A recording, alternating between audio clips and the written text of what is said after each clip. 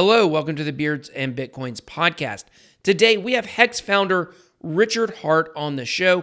We're going to try to help you get down to the bottom of the question. Is HEX legit or is it a scam?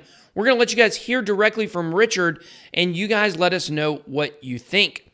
Today for Newsbreak, we're going to be taking a look at the tragic passing of Kobe Bryant and how that's affected so many people, but specifically the way that TRON responded to this. It's created a lot of controversy. For our Token Time segment today, we'll be taking a look at Celsius token.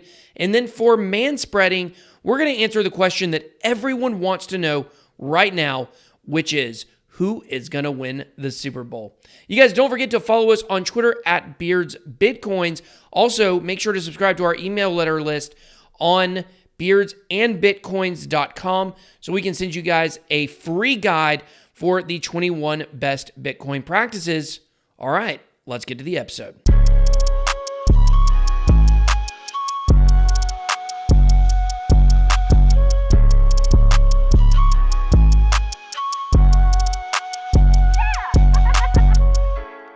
Hey everyone, welcome to another episode of Beards and Bitcoins.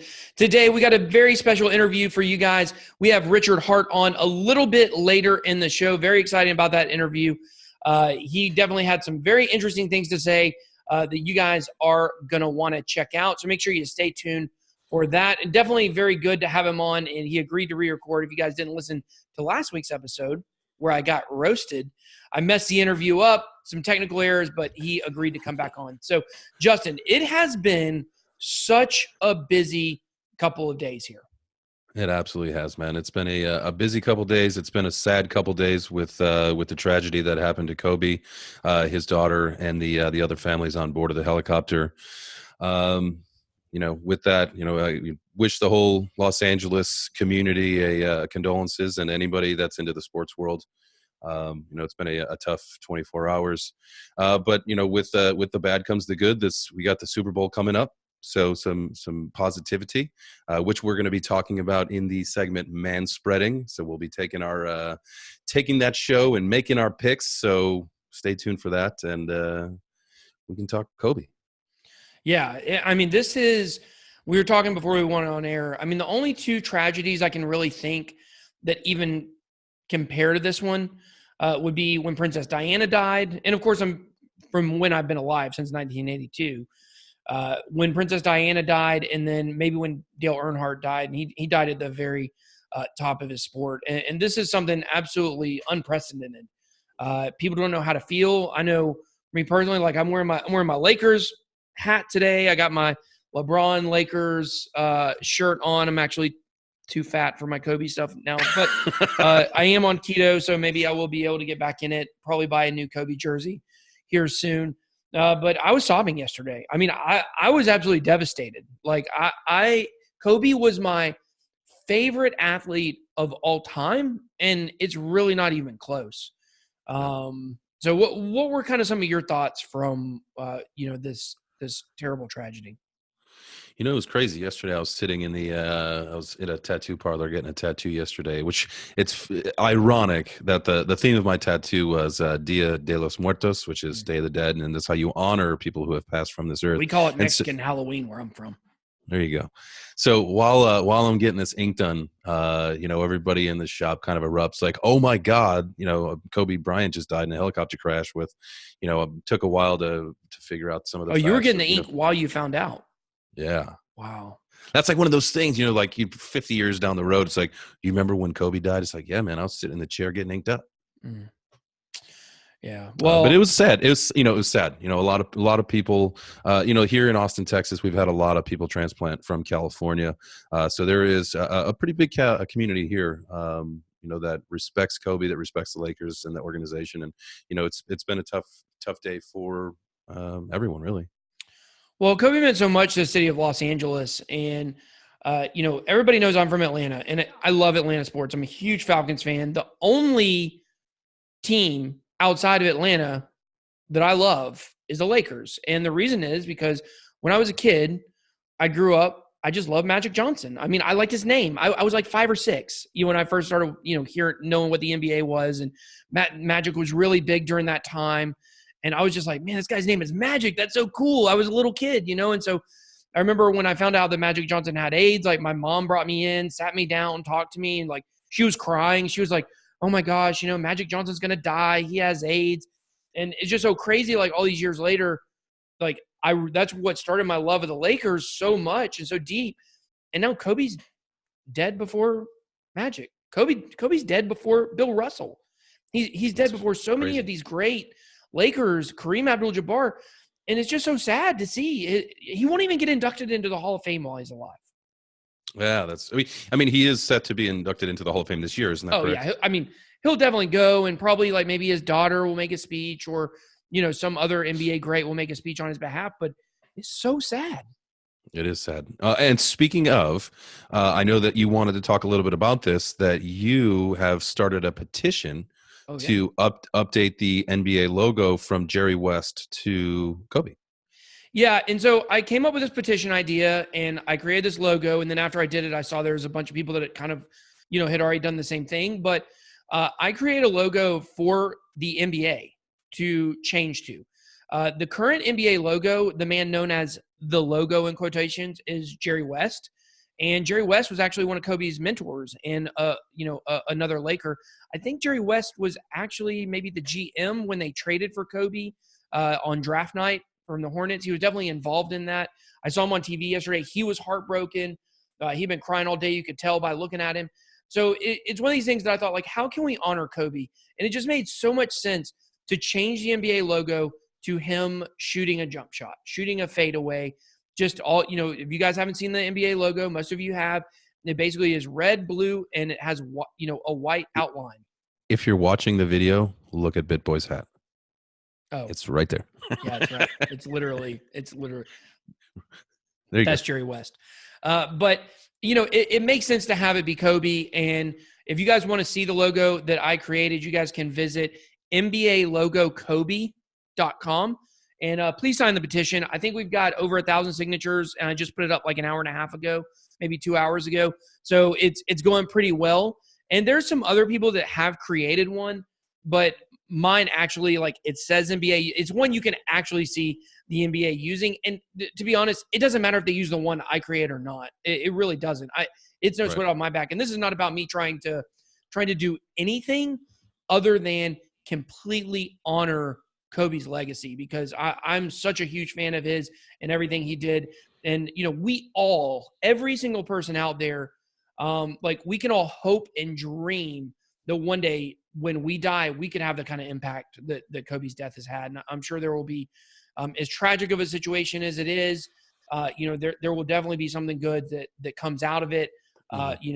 He just has such a great everlasting legacy. Yeah, absolutely. It was truly an honor to watch him play. And moving on, what is also an honor is to some have more purple and gold, right? Some purple and gold. Have our podcast sponsored by Monarch Wallet. That's right. You can store, buy, spend, earn, swap Bitcoin, and most ERC20 tokens, among a ton of other features with the Monarch Wallet. Absolutely. Cool features. And it's all just right there from the palm of your hand. Visit monarchwallet.com or monarchtoken.io today for more information. And thank you for the sponsorship. Yeah, definitely. You guys make sure to check out Monarch, the Monarch Wallet, Monarch Token, the whole 9 yards. So definitely thankful for them being sponsors of the podcast. Speaking of, man, we have got a jam-packed show for you today. We got Richard Hart on. We're going to talk about HEX. It was a great interview. We had a lot of fun doing it. I would say that the conflict was minimized. There was really some fun things going on there. We definitely asked some tough questions. We asked tough questions. Yeah, we did. But let's get started with a quick news break. News break. Okay, so for today's news break, we're going to cover something that kind of has transcended. It's transcended Kobe's death. It's transcended, crypto.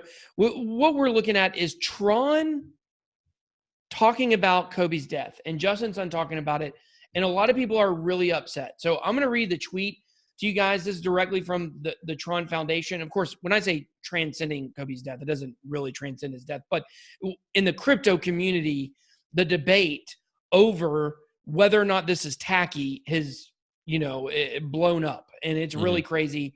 And we're going to talk about all of that right now. So the tweet says, Kobe Bryant, 41, the legendary basketball star who spent 20 years with the LA Lakers, passed away today. Kobe is a member of the TRON family. As such, we will be dedicating Nitron Summit's festivities to his legendary life and legacy. Please share your favorite Kobe memories here. And then it has a picture of Kobe with Justin's son with a stuffed ant, like the TRON mascot, wearing a Kobe jersey, and then a few pictures of Kobe. And, here's a question. Is it tacky? Is this a tacky move by TRON? Because they are getting attacked left and right now. Can I, and let me just read something before we discuss this. I want to read something to you. And this is another tribute post. Along with millions of athletes and fans throughout the world, we are devastated by today's tragic news. We extend our deepest sympathies to those closest to Kobe, especially his family and friends. He was one of the greatest athletes of his generation and has had an immeasurable impact on the world of sport and the community of basketball. He was a beloved member of the Nike family. We will miss him greatly. Mamba forever. So with that being said, not too much different. But why people are hating on TRON, I think, because of Justin's son's marketing tactics. Yeah. That's what he's getting picked apart. Yeah. People hate Justin's son. That's all it boils down to. People hate Justin's son. So whatever he does gets scrutinized, even though what they said is not any different than what Nike said. Because if you really look at what a lot of the people, within that tweet are saying in the comment section from the non-TRON crypto community, they're literally saying, this is what you should have said. They're saying, you should have said, Kobe died today. It was a great tragedy and he will be missed. And that's it.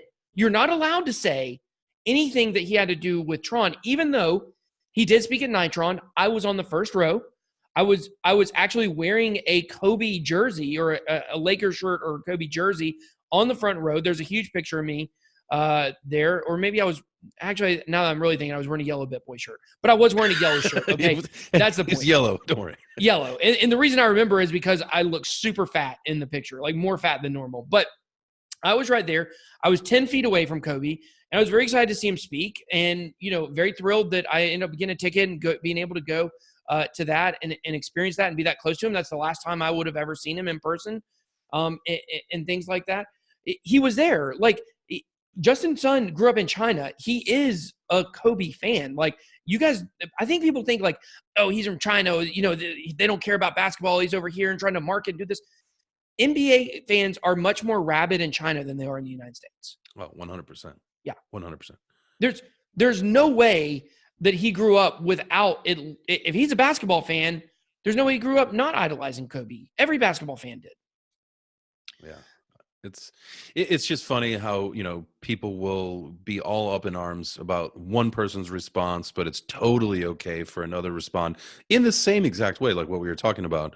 But I think that the only difference is, the deep-seated roots that Kobe has with the NBA versus TRON. There's a little bit of a difference there.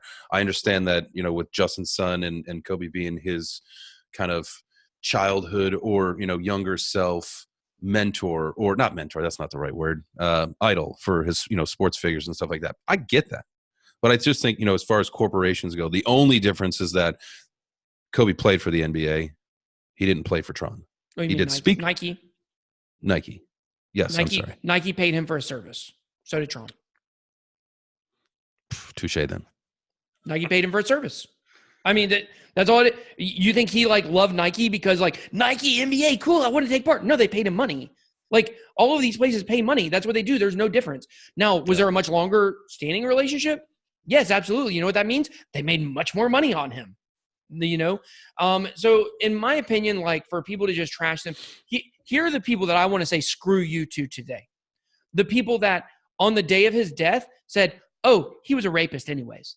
The people who on the day of his death said, nobody gets mad when firefighters die, Screw this guy who's a basketball player. Those are the people you should be attacking. Those are the people who are the negative cancers to society that you should remove. The people that post a tribute and also mention their brand inside of the tribute, they're still posting a tribute and they're still doing something positive. But the snowflakes in the crypto community find a way to make everything about them.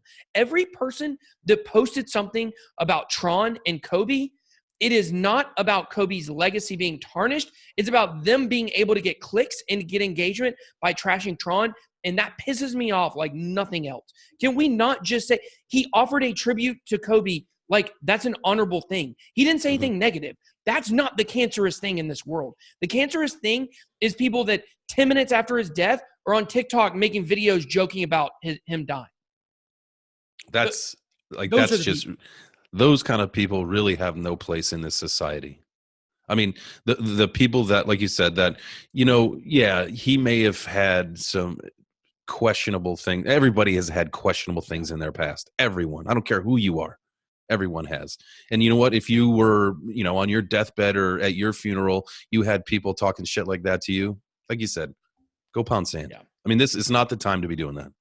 For the record, I still, to this very day, do not believe that was in any way non-consensual, what occurred in Colorado, evidenced by the fact that she would not testify in a criminal case. Like, she refused to testify, and then she got paid off in a civil suit and then dropped it completely. So, you got to respect him for the fact that it was very easy during that time for his wife to leave him. It was very easy during that time, because I definitely don't condone adultery by any stretch of the imagination. It was definitely easy for everybody to turn, his whole family to turn their back on him. But that family fought to stay together. And to me, like, that's a beautiful thing, regardless of what you go through, to stick together as a family. And I think that's something that definitely he should be remembered by. But let's move on. We've talked a lot about tragedy. It's been very, very sad for 100%. But let's go ahead and bring up some tokens. Yeah. But before we do that, before we talk about token time, you want to make sure that you sign up for the Telegram channel, because the benefits of doing that is you're going to have access to Ben and I. You can ask us questions.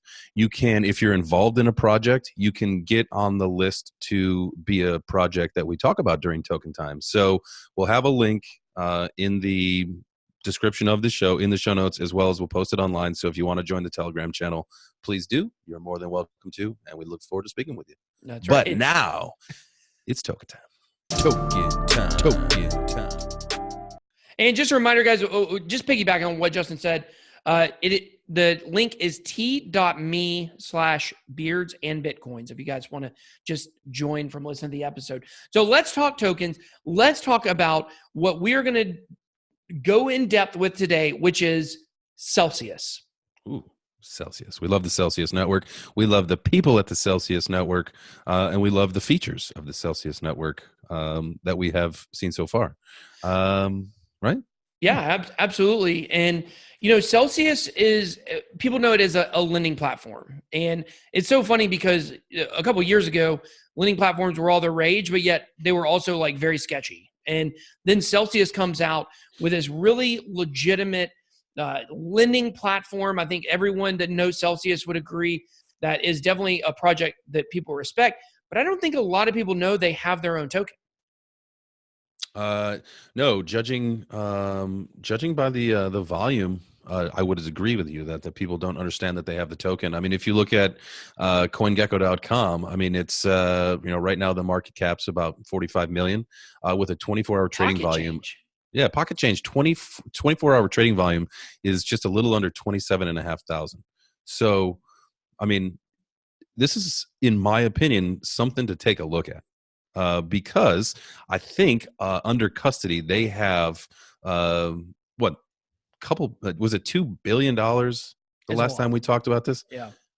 So I mean they're doing some things.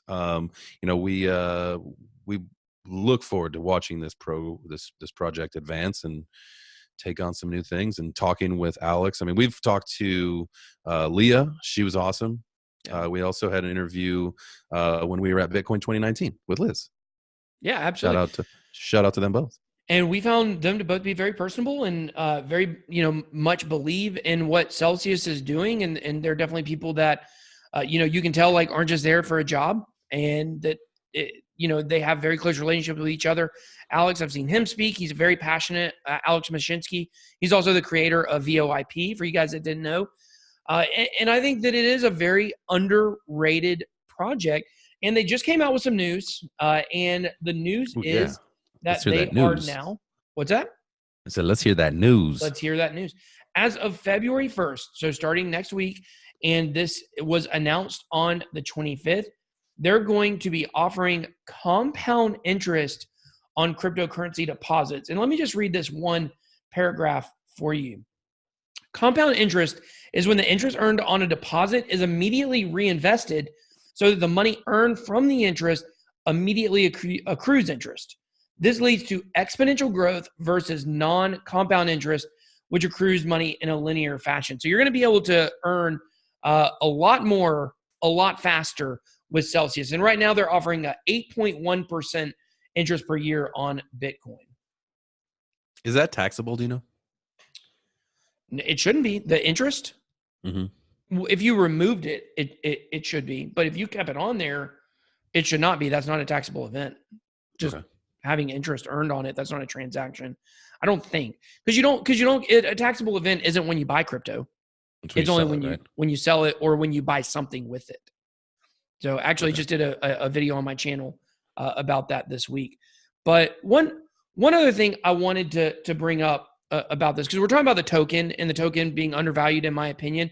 You do earn Celsius tokens by staking, by having other crypto on Celsius. You're also earning, Celsius tokens. And the reason why I think this is underrated is because we have not seen Celsius available in a bull run yet. And a lot of people are thinking we are hitting the bull run soon. But it's very important during a bull run to be able to keep holding on to your crypto, but still kind of enjoy your gains. So like, let's say you had a big thing you want to pay for, like your son broke his leg, God forbid, and you got to pay for a surgery. Let's say you don't have insurance. You got to pay for a surgery, and you got $500,000 in crypto, but you're like fiat poor, and you don't want to cash out that because you feel like that amount of money could continue growing. Well, you could take out a loan with Celsius against the crypto that you already have, and you can pay that back over time, but still actually hold on to all of your crypto that you think will, produce more gains in the future. Oh, that's smart. That's really smart. But I think maybe I could be wrong when I think this, but you really want a bull run to start really pulling out anything. Although I say that, and I think everybody got toasted the last time by not taking profits. So take your profits. Yeah, and I think that's important to understand. I mean, one reason why people got so messed up in the last bull run in the subsequent cycle, and of course people get messed up again. I mean, we know that. We'll have retail investors coming in at the end, at the top. What happened is people took out loans from traditional banks to buy crypto at the very, very top. So all of a sudden you're having to make payments on a loan that's worth so much more than you're holding in crypto. Even if you sold all your crypto, you couldn't even pay your loan off. And that's where a lot of people got in trouble, had to file bankruptcy and things like that. So definitely Celsius is something to keep your eye on. I think it's one that has a great chance to go up in value. But let's talk some dude stuff. Manspreading. All right. Well, so for manspreading segment today, I think it is very appropriate that we talk about the big game, the big game coming up Sunday night, Super Bowl in Miami, Florida, USA, Kansas City Chiefs squaring off against the San Francisco 49ers. And I'm going to warn you guys, I have been dead on with my picks all playoffs. Actually, on my TikTok account, if you guys aren't following me on TikTok, make sure you guys do that. On my TikTok account, I've made picks all throughout the playoffs, and I think I'm 1-9 out of my last 10 games. So I know what I'm talking about in football. 1-9? Yeah. Well, let's see what I actually was. AFC, NFC, I picked the divisional rounds. I went 1-3 in the divisional rounds and 0-2 in the so I was actually 1-5 for the last 6 playoff games. It was pretty embarrassing. Then I am so confident in my pick because that means your pick is going to lose. Well, it's funny, like when I made my picks for the AFC and NFC championship games, I said the most likely matchup is going to be the 49ers versus Chiefs. So I'm taking the Titans and the Packers. See, I tried to opposite pick myself. And then, of course, that was the one time I'd be right. So what are you looking forward to in this matchup? I'm looking forward to a good defensive battle. I am looking forward to Patrick Mahomes. I do like him, but I am hoping for my man, Jimmy Garoppolo. A.K.A. Tom Brady 2.0. Yeah, Jimmy. Come on, Jimmy. Jimmy. Jimmy's gonna do it. Yeah, man. My pick is San Francisco. I don't know what the spread is, but I'll take the spread. I'll take the money line, and I'll take the over. I think it's Chiefs by 1. I think.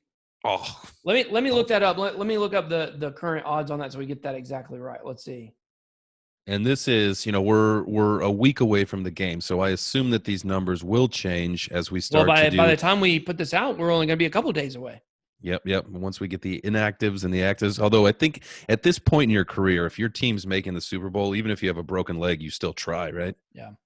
Tevin Coleman, I mean, former Falcon, he hurt his shoulder pretty bad. If the Super Bowl was this week, or if it was yesterday on Sunday, we're recording this on Monday, he wouldn't have played. But having 2 weeks, he may have a shot to get in the game. And if you remember when he was on the Falcons, he got hurt in the Super Bowl and against the Patriots, and him getting hurt in the Super Bowl led to having Devontae Freeman in the game. And Devontae Freeman is the one that missed the block. Tevin Coleman probably would have hit. They ended up swatting the ball out of Matt Ryan's hand, and it was a fumble, and that was kind of the start of the Avalanche. I know all that too well. I was at that game, so very, very sad day for a Falcons fan. But brings back those sad memories.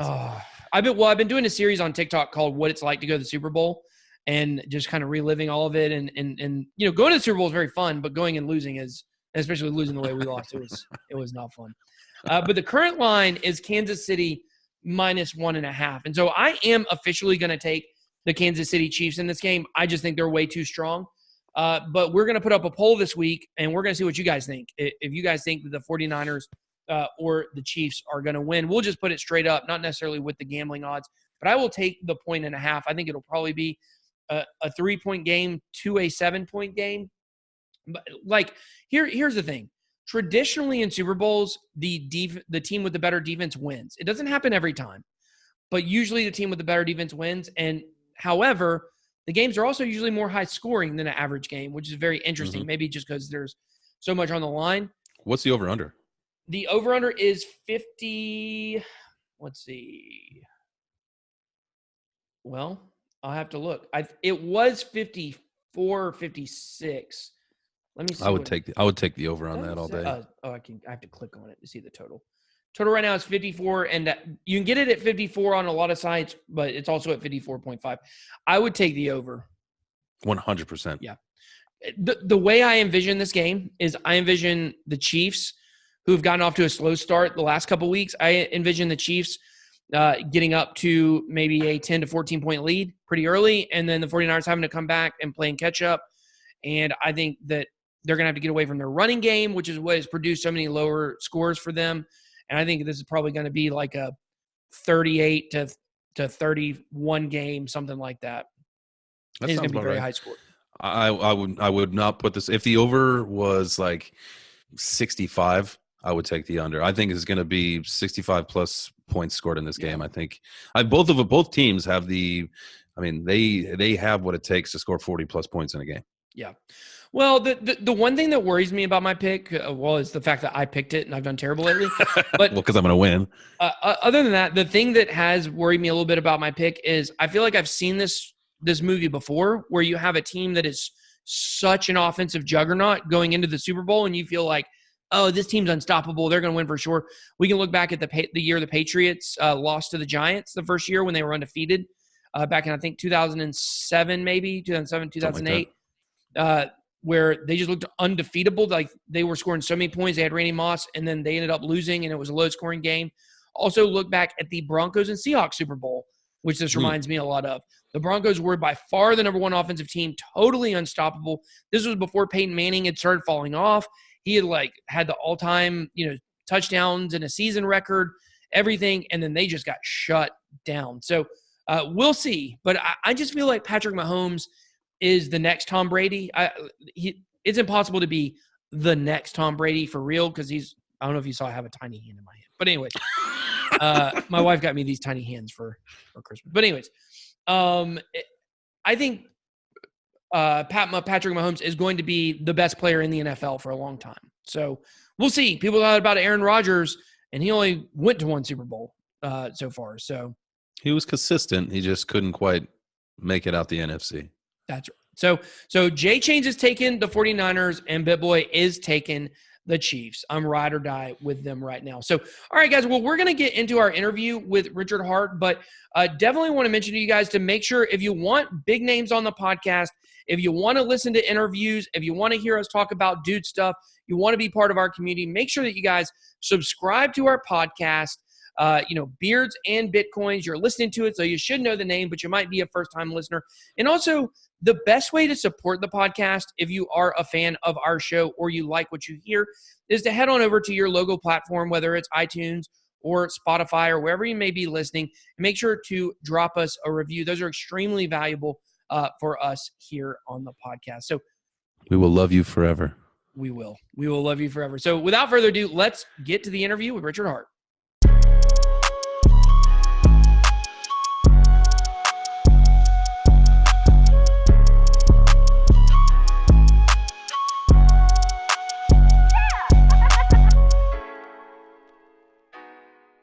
Guys, today we are joined by Richard Hart, the founder, the controversial founder of HEX. We're very pleased to have him on today. If you guys don't know, we had already done one interview with him, and I basically messed up the recording some way, form, or fashion.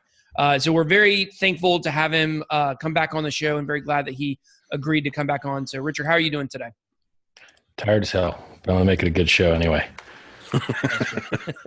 Thank you. Be a good show. Do you know how to do anything besides a good show? No. I'd have to fall asleep or something. It'd probably be the all-time highest hits. So we have, we've gotten flack just for saying we're going to have you on the show, as you know, probably a lot of people have that you've talked to. And so we want to ask you, we're definitely going to be asking you some tough questions today. And want to get your response. Jay Chains and I have been doing some digging, and we found some things that people have said, and definitely want to get. Oh God! Oh no! I know. We're about to bamboozle you. Okay? The hard questions. The hard questions. Oh no! So we're gonna start with what's your social security number? If you could give that to us. Nice. So give us just really quickly, or as quickly as you know how to do. The 30,000 foot view, if you will, of HEX for people that may have just heard of it but have no idea what it is. Sure. It's Bitcoin, except it pays stakers inflation instead of miners.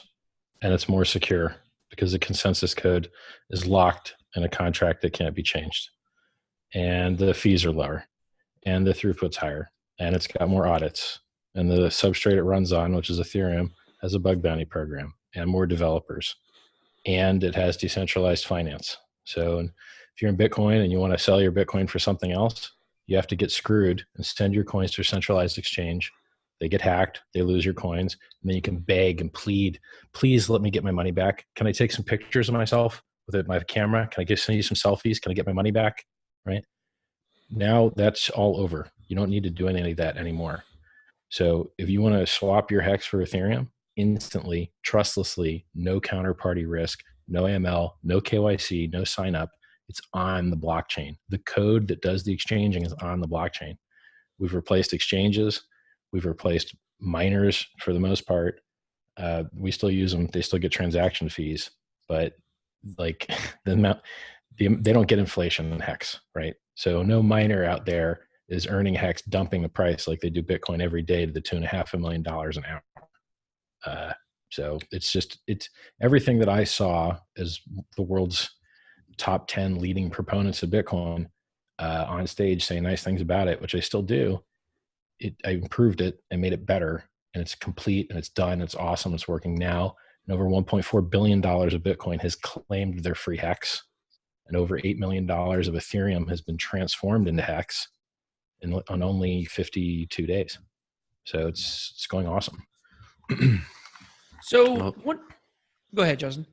I was going to say, that's I like the explanation of that, and kind of some of the advancements that you've got on Bitcoin and stuff.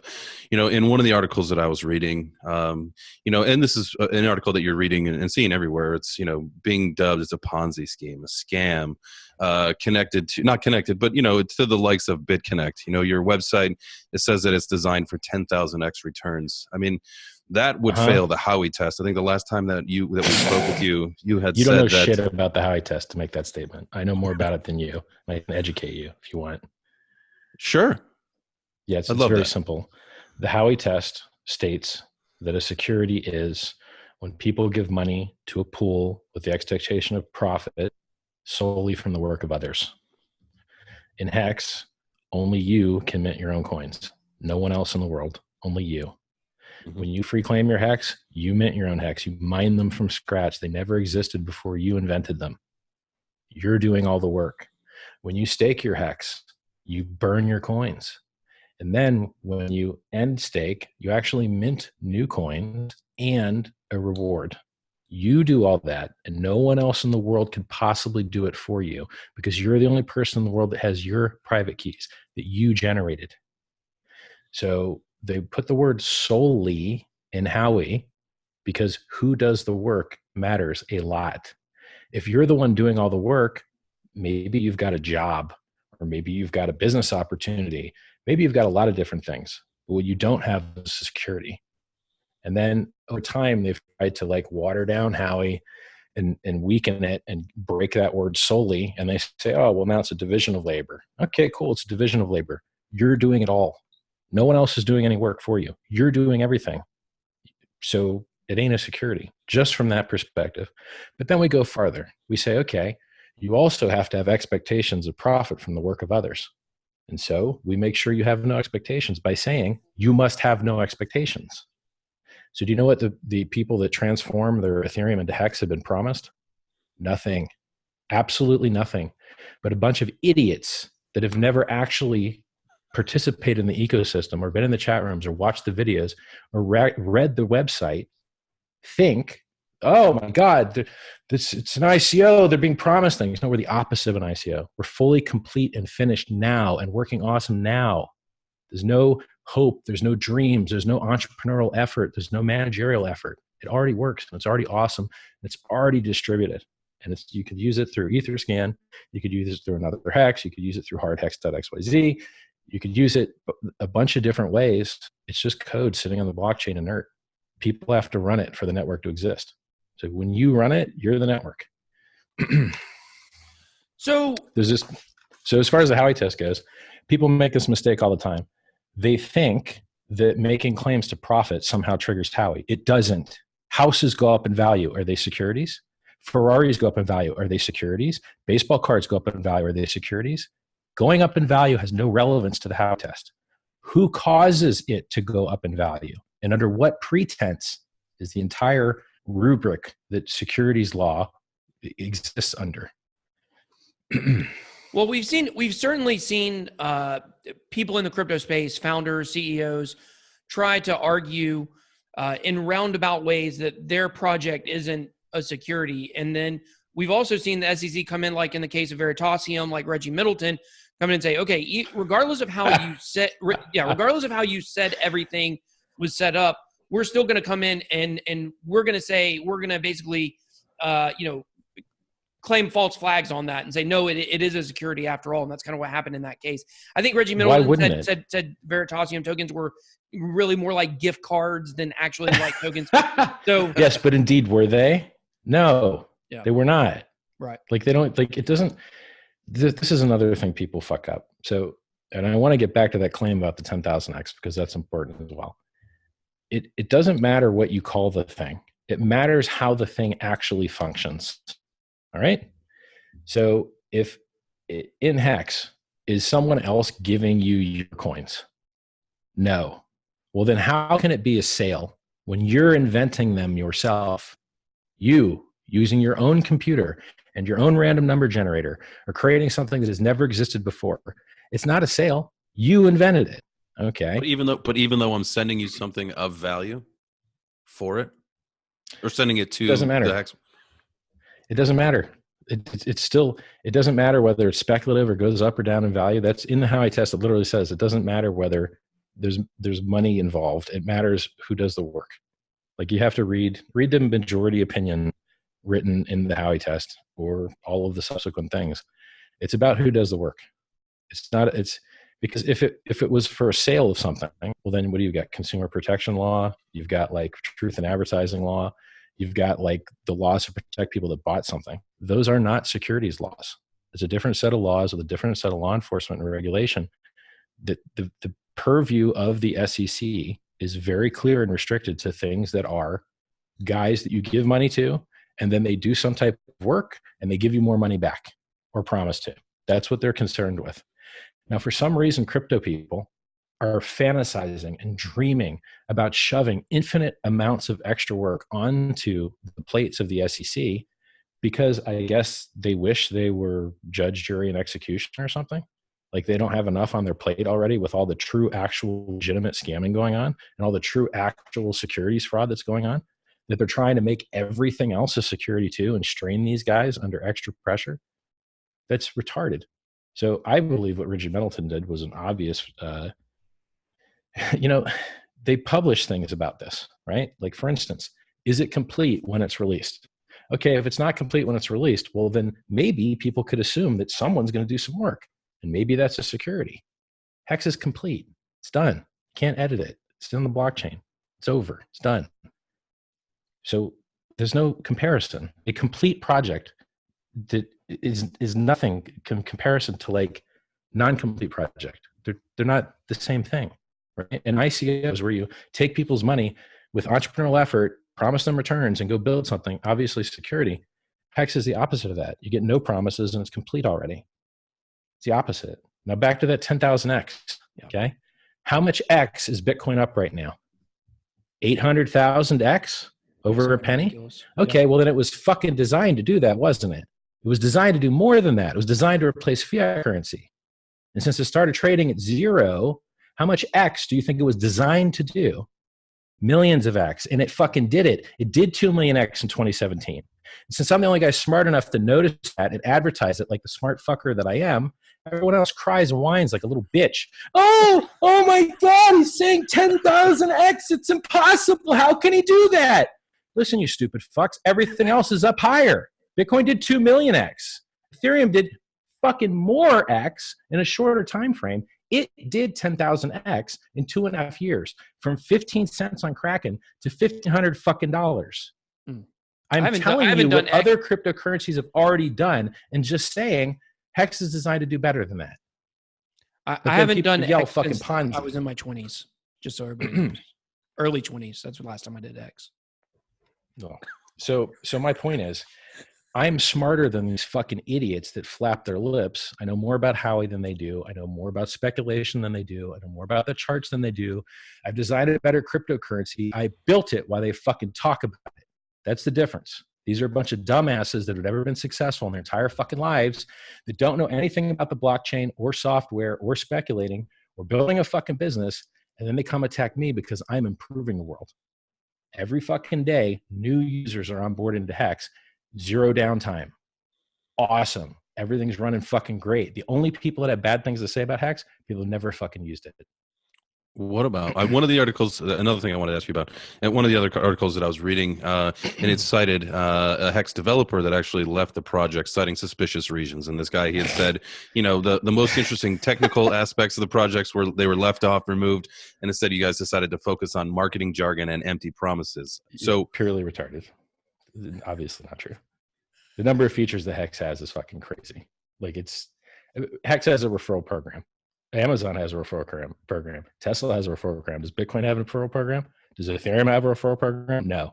Okay, well, that's innovation, right? HEX has 3 audits. Does Bitcoin have any audits? Nope. Does Ethereum actually have any audits? Nope. HEX does. Okay, well, tell me where the fucking scam is here. Tell me we're paying thousands and thousands of dollars to professionals to fucking secure it and make sure the software has no bugs. Show me the scam, right? Like, it's just insane. Like, it's the stupidest shit I've ever heard of. Show me the scam. Show it to me. What do you say? Because one thing that I've definitely heard people say in terms of the way that this has been marketed and the way that you've set things up is that they've said that the way you set up the claim the free Bitcoin was really kind of a bait and switch. Like, it was really so people would come in, claim the Bitcoin, even though the amount of HEX you get per Bitcoin is super, super low compared to the amount of ETH the amount of X you would get if you actually put in ETH. So some people have said that that's like kind of a bait and switch, that you're kind of like just putting it out there so people know what it is, only so that people, you can collect HEX.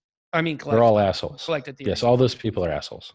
Yeah. So when I got my Bitcoin, I got it fucking free. Was that a bait and switch? I double-clicked a program and boom, Bitcoin appeared on my computer. Was that a bait and switch? Because then I bought some. I bought a lot, actually. Did I get bait and switched? Because when I mined full blocks in Bitcoin with no fucking pull, 50 BTC block rewards, that shit was only worth $25 a fucking block. Because Bitcoin cost 50 cents back then. Did I get fucking bait and switched? Did I get scammed, bro? Did I get scammed out of my electricity because I took that 50-cent fucking Bitcoin? No. I got freemium onboarded, just like the fucking coupons that you read in the fucking newspaper every day. They give you free shit if you do something they want you to do. Same fucking thing, just like Clash of Clans, a video game. Makes billions of dollars every fucking year. Free game, but somehow they make billions of dollars. Wow, how do they do that? Good marketing is how they fucking do it. Now, if you don't think that HEX is worth your time to claim, well, maybe I would have thought Bitcoin wasn't worth my time to mine back when it was 50 fucking cents. But that's not very smart, is it? Because this is the highest appreciating asset class in the history of mankind. And what is worth little becomes worth a lot one day. XLM was nowhere and given out for free, and then it became a top 10 crypto. I think it's maybe 13 now. I'm not sure. Maybe it's 12. Bitcoin was given out for free. BCH was given out for free. BSV was given out for free. XRP was given out for free. XLM was given out for free. All these coins are top 10 coins, all given out for free. Do I hear fucking people yelling scam about that shit? Scam? No. If you don't like free stuff, fuck off. Don't claim it. But $1.4 billion of Bitcoin already claimed their fucking HEX. And I'm going to take those guys that have $1.4 billion in net worth over all the naysaying broke little shitheads out there. I do understand that. There's a bunch of nerds out there. Now, there are a bunch of nerds if you don't like the value of HEX to free claim it, then help get the value up. If more people free claim their HEX, less of it goes to the adoption amplifier. The adoption amplifier just gets a copy of the unclaimed coins. If you guys would claim the coins, they wouldn't go to the goddamn adoption amplifier anymore because they'd be fucking claimed. But people are too stupid to read the documents. So look, I don't know who out there is trying harder to get less coins available to the adoption amplifier than people that are promoting HEX. Because the more people that claim their coins, the less they're not given to the adoption amplifier anymore. It's that simple. Just get a copy of unclaimed coins. The math that judges how much HEX is minted through the adoption amplifier, which is where you transform ETH into HEX, it's literally 1/350th of the unclaimed coins. So if you claim coins, it reduces that number. It reduces the number that goes into the adoption amplifier every day. And we're already 50 days in, there's only 350 days. So if you haven't claimed your coins yet, you're missing almost 20% of your stack. It's that simple. So one thing I want to talk about is regarding, so you've designed this, in your opinion, to be better than Bitcoin. And I think you would say that's not your opinion, but that's the way that this was designed, to be better than Bitcoin. Sure. I designed it to be better than any other cryptocurrency that's ever existed, truthfully. And I'm happy to defend all the features that it has. So all that being said, it's in everybody's best interest, no pun intended, to stake the coins, right? To stake HEX. So if everybody is staking it and they're all frozen up, then what is the actual use case of the coin other than, I guess, what people have called pumpamentals? This is people that don't know anything about speculating have this fantasy that valuations in cryptocurrency are tied to utility. It's not. I've said this many times. Well, look at Cardano. Cardano has no product. Yeah. Dogecoin is $250 million. Yeah. Bitcoin has less on-chain transaction volume, less retailers, less ATMs, more AML KYC, is 3 times lower than all-time highs, but people find utility there. There's utility there, right? Yeah. So there is like, no utility in a meme coin. Zero. Well, there is actually. There is. Entertainment value. You can send. Well, no, like people's standards are fucked up. So you have to get to the core of why we're in crypto. Are you in crypto because you want to make people in the third world rich? Okay, you're stupid. It doesn't work. They don't have money to buy in. All the coins, 1% of the coins in the plus token Ponzi, 1% of the coin Tim Draper's got, 1% of the coin the Winklevi's got, 6% on centralized exchanges, 0.75% is in Mt. Gox. I could go down this list. It's a long list. Okay, now when do we get down to Africa? 42% of coins are in 2,000 addresses. Now, how many of those are African people? Get the fuck out of here. You're not saving anyone in the third world with crypto. Okay. I'm in it for the tech and the babes. I'm just going to tell you that. I'm in it for the gains. And it's the world's fucking highest appreciating asset class that's ever existed. And so it's a perfect reason to be in it. Now, eventually, once everyone has a wallet, then we take over the world, because then we get true efficiency. You need circular, frictionless cycling of money and velocity in the ecosystem to get efficiency. If you don't have those circular economies in the Bitcoin economy, you have inefficiency. So if you have to go through a centralized exchange to get into another currency for anonymity, like if you need to get out of your Bitcoin into Monero for anonymity, you're going to get your ass beat paying the bid-ask spread and the fees. And you have to do it twice. You're going to get into the thing that you want, and then you're going to get into the thing that you really want. So let's say you want to buy a house. Okay, well, you got to get out of Bitcoin into USD, and then you get out of USD into the house. Fees. 2 sets of fees. Sucks. So all crypto will forever be inefficient and unadopted. And the reason people stop accepting it is because you lose money accepting it. It confuses your customers. It reduces your closing ratio in the shopping cart. And then to train your staff to actually utilize it, your customer support. Oh, I need to send a refund. I can't refund him to the address that sent it. He might not have the keys anymore. Oh shit. Well, I've got to have this extra thing to handle refunds alone on its own. People that have never been in business don't understand how hard it actually is to handle payments and customer service. And you want to run like a freemium offer where you get people on a rebill campaign. You want to have like a newsletter or something. Oh, you can't rebill in crypto because it's push only. You can't pull. Oh, well, I guess we can't do that business. There's all these things that suck about crypto that cannot be fixed until everyone has a wallet. And I don't care what crypto you use. Once everyone has a wallet, it's insanely efficient. No more middlemen, no more fees, no more crap. But someone has to have the marketing budget to advertise into the real world, to onboard everybody, to get them a wallet, to get those efficiencies. I mean, look, WeChat is so efficient because it's purely digital.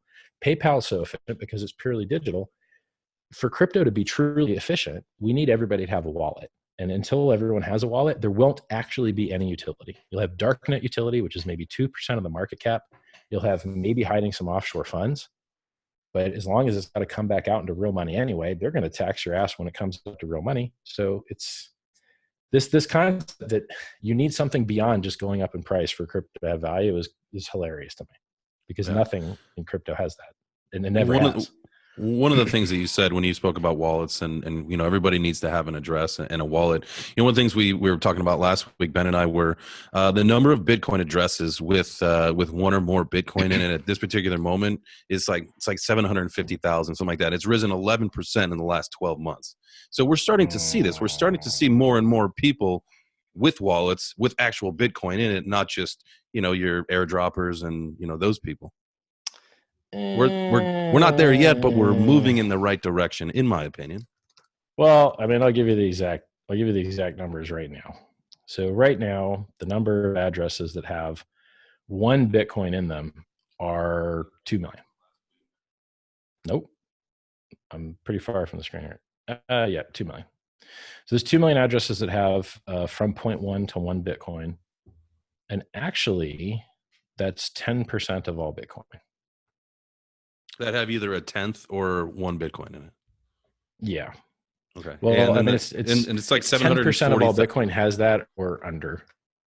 So if you can look this stuff up, you just Google Bitcoin rich list. It's going to take you to a website called bitinfocharts.com. It has a really great breakdown. So for instance, when I say 42% of coins is held in under 2,000 addresses, right now it's 42.01%. If you look at the column all the way on the right, 62% is held in addresses that hold over 100. Wow. So the number of addresses, what's the number of total addresses that hold up like to 1 40 Bitcoin million? is 3.6%. So those people that you're talking about, all of the coins that exist from 0 to 1 at the max is 3.61% of the total supply.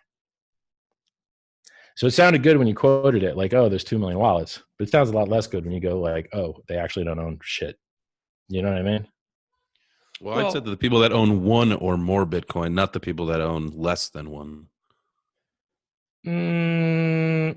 Okay, but you're including, I mean, own 1 or more is like, I mean, that's so the if you own dream, to 1 have to a 10, full Bitcoin. if you own 1 to 10, you have 9.6% of the supply in that strata.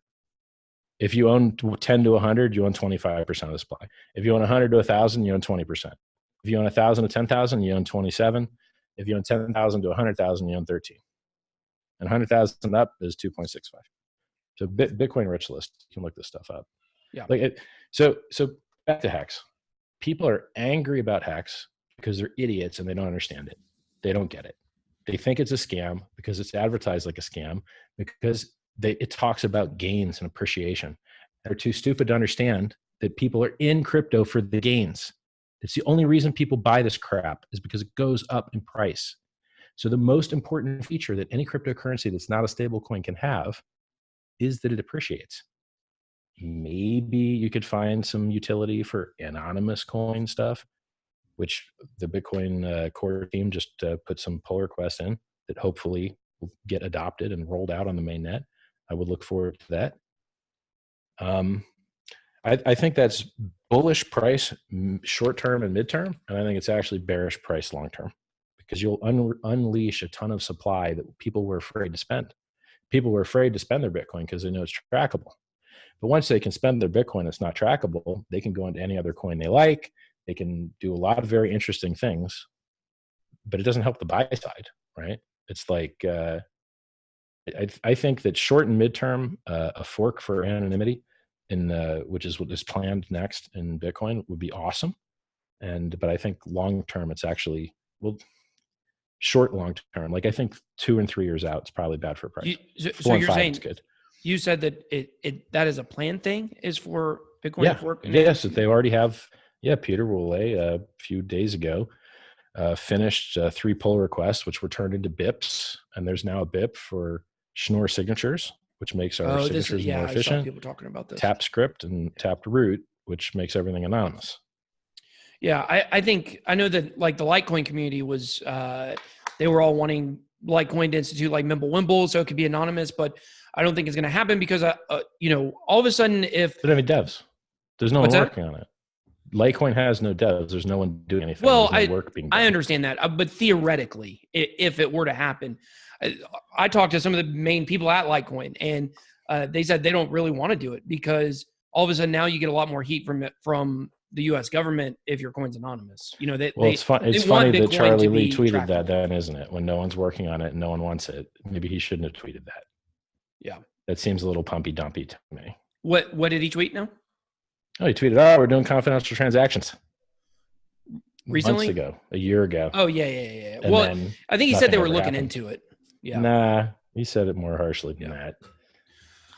Well, regardless. He said that shit was going to happen is what I remember. But you know what? I'll look it up. Yeah, that's fine. I'll answer your questions while I'm looking it up. Okay. But regardless, the point is, I don't think that's something that will ever be pursued by them because all of a sudden now, the government, the U.S. government loves the fact that Bitcoin's trackable now. You know, I mean, I don't they think want care. to know every single transaction. So They don't give a fuck. You don't think the government cares? Not really. Look, the real people that are really in the job of stopping criminals realize that there's no volume on Bitcoin. The criminals use the US dollar. The criminals use the black market peso exchange. The criminals use Smurfs and a million different things. They could not use Bitcoin at all. It can't support them. It doesn't have the volume. It's a fucking joke. No actual criminal organization can do any significant percentage of its evil that it needs to do through crypto. It's not possible. So like the real people that are in charge of really stopping crime through meta law enforcement by like detecting suspicious activity reports and such, they don't give a fuck about crypto. Crypto is used for like this much crime, this little tiny bit right here. It's jack shit. If they do care, they're misallocating their resources because the vast majority of crime is not happening on crypto. It's not even crypto either. I mean, think about guns. I mean, think about gun reform and gun laws. It's like it's not the people that are following the laws that are doing all the killing. It's the assholes that are buying guns out of the back of a car, right? Where I grew up in America, you could buy a damn gun from somebody that wanted to sell it to you. They had property, you could buy their property. This whole idea that you got to keep asking people for permission to perform commerce with other people is making me pretty sick. Yeah. The fact that everyone wants to get rid of cash and make it plastic so that you got to beg, plead, and cry and hope that the plastic and the people that you can't call that have no face allow you to buy food and allow you to buy clothes. That's fucking disgusting to me. And it's also a national security issue. If we ever go to war, first thing that's going to go down is the fucking internet. And if all you've got is electronic payment methods, and that includes crypto, you are going to be fucked as a nation. Cash, real physical cash, is a national security concern, and we must maintain real physical cash to be strong in the face of threats. Crypto does not solve that. Getting rid of fucking cash does not solve that. So we were talking a little bit earlier about the speculative nature of crypto. And, you brought up the fact that it will really only be usable and have utility when everyone has wallets. That's when it'll be most efficient, yes. Yeah. I just want to make sure, I understand, what is your long-term idea of where crypto is going? Do you think that is something that will eventually happen and everyone will have wallets? Or do you think that's just a pipe dream? So all we need to focus on pretty much permanently is speculation. I definitely think everyone will have wallets. It's just a matter of time. Yeah. It's just like everyone has a phone number, right? Like everyone didn't have a phone number. Now they do. Not everyone. I know a poor guy somewhere. No one cares. Talking about the majority of people here. So everyone will end up having a wallet. So let me give an example. So in HEX, if you want to onboard from Ethereum into HEX, every day there's a lobby that transforms there's a lobby, and then it counts how many people got in, and the bucket of people who got in with ETH, have the right to mint the bucket of HEX, blah, blah, blah. Anyway, at the end of the day, people are putting in about 500 ETH every day, and then they're getting out about 500 million HEX. So roughly, depending on whether you get a 10% bonus for clicking a referral link, you're getting about million or 1.2 million HEX for each Ethereum you put in. But what if you want to go the other way? If you want to go the other way and you want to go from Ethereum, or if you want to go from HEX into Ethereum, well, you can't do that on go to hex.win. You have to do that somewhere else. I think the best place in the world to do that is on hexdex.win or hexswap.win. They just forward to the same place. It's this thing called Uniswap. And it's that exchange I was telling you about that's on the blockchain. So no more centralized exchanges. They don't just do that for HEX. And HEX is the number 8 liquidity and number 8 volume on that exchange. And there's a whole long line of projects you would recognize that we beat their ass already in 50 days. And we're above them. I expect to see more of that because HEX is that good. It's designed that well. So you can use that Uniswap system, which has an automated market maker, trustless, for anything that's on the Ethereum network, anything, any ERC20, which means anyone can set up a trustless exchange between any two ERC20 tokens or ETH and any ERC20. And the most popular ERC20 in the world and the most popular crypto in the world is Tether, USDT. Well, that means that anyone that wants to can set up an exchange between HEX and Tether and provide liquidity. And then we've got an instant trustless exchange between Tether and HEX. And you could, like, that logic, that system can be exported to other blockchains and can be exported to other endeavors like, oh, you've got WoW Gold. Okay, well, now we've got a trustless exchange that goes from WoW Gold to this. And I think, and I haven't looked into this yet, I just started looking at it a couple days ago. I think you can chain these contracts one after the other so that you can route from whatever you got to whatever you want by hopping through the contracts. And that would solve this problem of how do you get everyone with a wallet? Because everyone doesn't need a wallet. Everyone doesn't need the same wallet. They just need a wallet and the knowledge that they can get to where they're wanting to go through this routing. That's a huge breakthrough. Think about who makes all the money in crypto. Ponzi schemes, that's bad for the world. Centralized exchanges, that's bad for the world. And token founders. I got a soft spot in my heart for those guys. So we can get rid of the goddamn centralized exchanges. Now look, HEX is on 13 different exchanges. But I'm not out here saying a damn thing about any of those because we've got a decentralized, better thing that works better.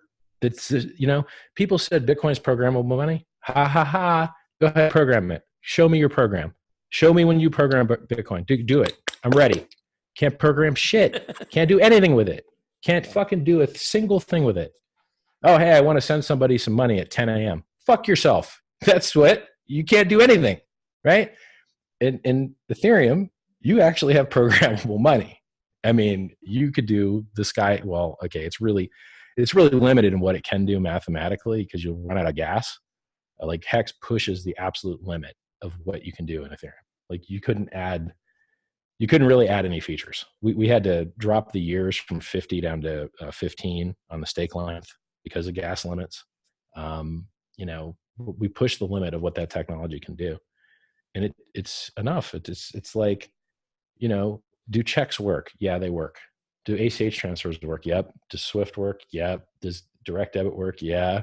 Everything works, right? People are a little crazy like this. Oh, what utilities an altcoin have? Well, can you buy it and send it to your friend and then he could sell it for money? Okay, well, that's a fucking lot of utility. Like, what do you want? Isn't that good enough? Do you hear anyone losing money on Dogecoin? I don't. You hear anyone losing money on Monero? I don't. I heard some people lost some money on Bitcoin Gold today with double spend. People are like, Richard, why don't you do your own chain? Why don't you do your own chain? How's HEX going to be worth more than Ethereum? Well, first off, all the ERC20s are already worth more than Ethereum. And second, Amazon's worth more than FedEx and the UPS that carries his shit. So it turns out that value in an ecosystem lies at different levels, and it usually accumulates at the end point and not in the middle, which is why every cable company wants to become a television channel. They want to be Netflix. They don't want to be a dumb pipe anymore. Well, Ethereum compared to HEX, I believe, is a dumb pipe.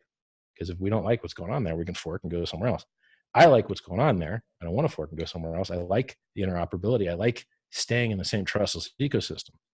If you try and go to another chain, you got to do 2 transactions in an atomic swap. And it's, we've got atomic swaps already. I can atomic swap between Ethereum and Bitcoin and between HEX and Bitcoin. But it's clunky. It's a little slower and it's a little harder. It's not, you'd be surprised with that clunkiness and delay. It really hurts adoption. Uniswap, huge adoption. Our atomic swaps, no adoption. So I want to get into one last thing that has brought up. I mean, I feel like, one of the things about HEX is a lot of people don't know a lot about it, and they just like start firing off at the mouth with, what their opinion of it is without really understanding. And then we get the herd mentality and things like that. So I thought it was really important during this podcast to really go over some of the things that people don't understand or some of the things that people are asking the most questions about. And that's really what I try to do with a lot of my questions. One of the things, and I know we talked about this when we did our Phantom recording last week, was the Ethereum that was moved. So there was a bunch of Ethereum that came into to the address for HEX, right? Yeah. And it's gone to, it's gone outwards. And you told us last week that, you know, anything that you would buy, you would expect something in return, and you wouldn't be standing over the person's shoulder asking them, you know, what they're doing with it, right? Right. I know that's not an exact comparison because we're minting our own tokens and things like that. But the point here is that, you know, like with ICOs, I know that's not what you are. With ICOs, like they have marketing budgets, and you can kind of see the percentage that they're supposed to disperse. You know, like this percentage is supposed to go to advertising. This percentage is supposed to go towards technicals, whatever the case may be. And I think that's one thing about this Ethereum that people are wondering is like they deposited it all to get their HEX, and now it has moved. It's gone somewhere else. And people are wondering, like, where did it go? What happened to it? So if you could just kind of go back over that again and kind of talk about, you know, where is the HEX or the ETH? I keep saying HEX. Where's the ETH? Right. Yeah. What'd you do with it, man? Accept money into a pool with the expectation of profit solely from the work of others, you are a security. Right.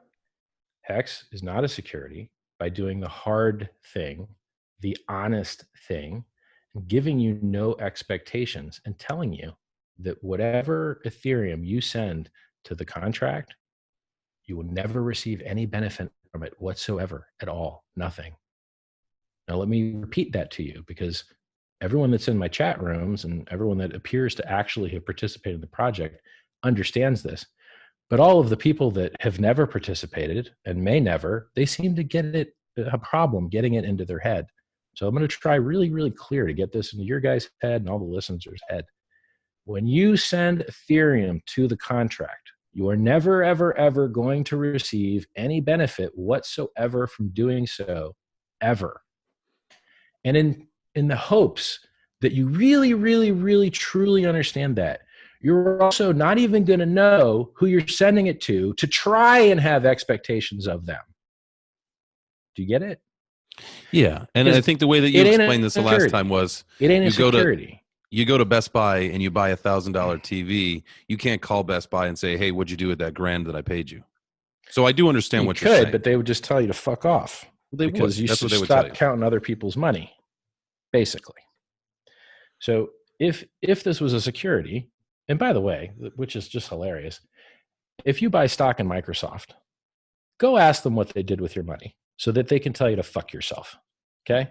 If you buy stock in, if you buy some shares in the local Burger King and you go there and you ask, the manager, hey, what'd you do with the money?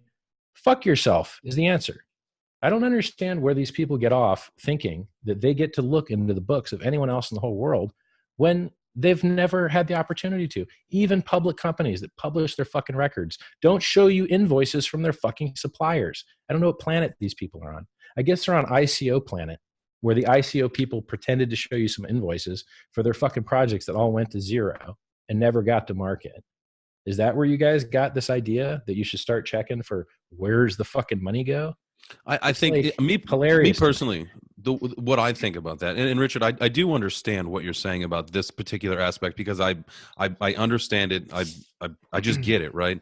I think the problem is that you've got a lot of young investors that don't know anything about anything, and they think that they're owed an explanation of everything. Well, look, I can tell you that the outside world of people that have not actually participated in HEX appears to act a lot differently than the world of people that have participated.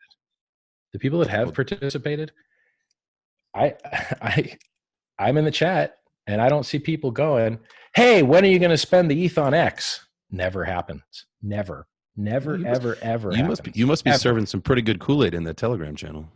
No, we have a bot that answers everybody's questions instantly.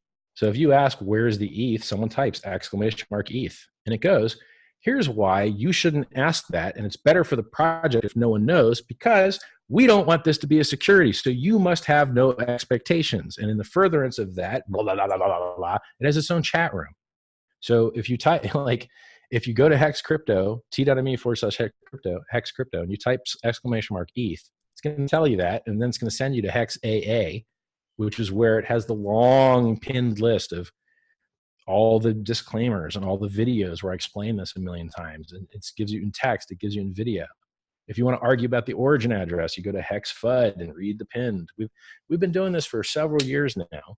And we've got every single possible question that you could possibly come up with answered in video and text. And it's already copy pasta that anyone could trigger with a hotkey. So if you want to see the menu, you type !pasta, and it gives you all the responses. It's like, here's a funny one for me, right? People go, why'd the ETH move? Well, what did you think it was going to do? Was this advertised as some type of plan to prop up the fucking Ethereum price by holding a bunch of ETH? No, it wasn't. It was advertised as, you ain't going to get no benefit from the ETH. Don't even think about it. So if you expected return and results from that ETH, you'd expect it to move, wouldn't you? And if you expected no results from the ETH, you'd also expect it to move. So what stupid fucks out there, of which are numerous, apparently they're writers on crypto blogs, what stupid fucks out there thought it wouldn't move? And what the fucking sense would that make? It doesn't make sense in either condition. It doesn't make any fucking sense. I'm unaware, has there ever been a project that was just like, yo, let's fucking deadlock this shit for eternity? And like, what? It doesn't make any sense. Like, I thought that when I founded HEX, I would get reasonable, smart questions. Like, hey, why do you say that HEX is more secure than Bitcoin? Well, what makes you think that? Doesn't Bitcoin have more hash rate? I thought I would get smart questions. Instead, I get questions that don't make any fucking sense. Where's the ETH? The ETH that you'll never get a benefit from is what you're concerned with? Like, I don't get it. I don't know. They don't read the website, I guess. I guess.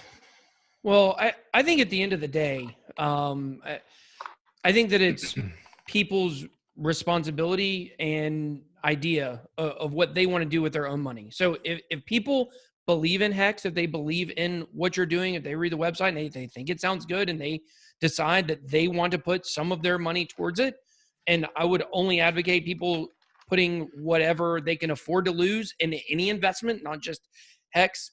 That goes for gambling, it goes for anything. And that's their opinion. That's what they want to do. Then let them do it. I feel like people have this idea that even though cryptocurrency is supposed to be all about, let's be responsible for ourselves and we don't need banks, let's make all our own financial decisions. But it's like 99% of crypto feels like they have to white knight for everybody out there, you know? Well, they don't have to do a good job at it. They spend all this time fucking with HEX, which is audited. And what are they doing about CSW? Not a fucking thing. What are they doing about Plus Token? Not a fucking thing. What are they doing about the 1,000 fucking scams? There's so many scams. I have to change my username to don't ever send me money. Imposters everywhere. That's my username on Telegram. Richard Hart, bracket, don't ever send me money. Imposters everywhere, bracket. That's fucked up, right? Like, I'm out there actually making an effort trying to stop the fucking scams. And everyone else is like, oh, fucking that Richard, yeah, he's a scammer. Am I really? Let's see. I called the 20K Christmas. I called the 19K short. I have a free trading chat where I tell everyone not to trade, free calls channel, a free pair of self-help books I wrote, free videos, ads turned off, no referral links for any exchanges. What more can I fucking do? Like, what more free shit can I give you, crypto? Oh, I can make a currency and give it to you for free. Okay, so I did that too. I give you free coins as well. I'm the fucking giving tree. Like, I can't possibly give crypto more than I've given. Well, I think everyone's bitter. Like, the entire crypto community is bitter. And that's what it boils down to. They're always looking for the next thing to be outraged about. I said yesterday, like, and we're going to talk about this on the podcast in our intro to this interview. But like this thing with, Kobe Bryant obviously died yesterday. It's extremely sad. Like, he's my favorite player. I'm absolutely heartbroken and devastated. But all of a sudden, like, Justin Sun posts a tweet about Kobe dying and mentions like, hey, he was at TRON last year, which I was actually there. I saw Kobe there and everything like that. And like, all of a sudden, everybody in crypto is having a freak out over it. It's like everybody's such a snowflake. Like, somebody can't even post something about somebody dying without someone having a problem with it. You don't see Nike did the same thing. Nike did it. Nobody had a problem with the Nike post. No one had a problem. Everyone's got a problem with the TRON post. They only had a problem. But it's only the crypto community because the crypto community is so obsessed with making everything about them because no one outside of crypto cares about it. So, yeah, I think they're a bunch of snowflakes. It's ridiculous. So like and the funny part is it doesn't work. The more they hate HEX, the better HEX does. Like, everybody hates CSW, top 5 crypto. Enjoy. Ha ha ha. Ha ha. Everyone hates HEX. 1.4 billion in BTC claimed, up 140% over the last 22 days. So the people that bought 22 days ago that are up 144%, 142% now, you think they dislike HEX? Like, the people that are angry are the people that don't have a HEX bag. Those are the people that are angry. People that have HEX bags, I think they're a lot happier. Well, I guess that's going to wrap it up for us, Richard, today. We certainly, like I said at the beginning, we appreciate you, so much coming back on every recording with us. Pleasure. Because of my mess up earlier this week. But Technical difficulties. I know we got a record of this one because I live stream mine. We do. I know. I was thinking like, oh God, even if somehow I managed to mess this one up, I got a copy somewhere. But it was the Can I first ask you a time. question? Did you ever try HEX yet? Yeah, I did. I have it all staked. Yeah. How'd it go? It went well. It wasn't very confusing. All right. The one thing that I will say that it wasn't a problem, but I had to create like a separate MetaMask. So I ended up having to use a different browser because I didn't want to unsync my MetaMask from Chrome. So I ended up just downloading Firefox.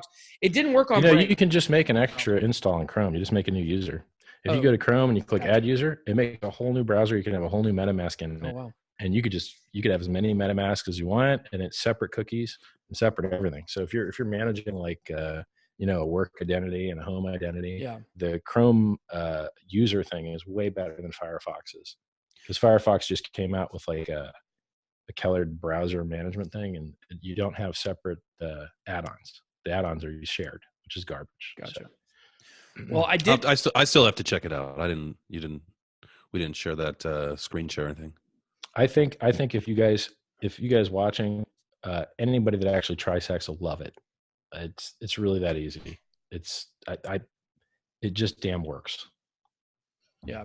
And I mean, if you have Bitcoin, if you had Bitcoin in a wallet on the snapshot, I mean, there's literally no reason not to do it. Even if you're super skeptical, even if you think it's just a really tiny amount you'd be getting, like, in my opinion, there's nothing wrong with doing that. I mean, if people want to send in Ethereum, that's a whole nother conversation. I personally can't tell anybody to do anything with their money by any stretch of the imagination. But, if there's no point not to claim. So, well, Richard, thank you so much for coming on, and we will talk to you guys later. Thank you. Thank you for listening to today's episode of Beards and Bitcoins. Don't forget to visit beardsandbitcoins.com to sign up to get your free 21 Best Bitcoin Practices Guide. Also, make sure to follow us on Twitter at BeardsBitcoins. Please rate and review our podcast. It helps tremendously to get the word out about cryptocurrency. Thank you guys again for watching or listening to this episode. We will see you guys on the next one.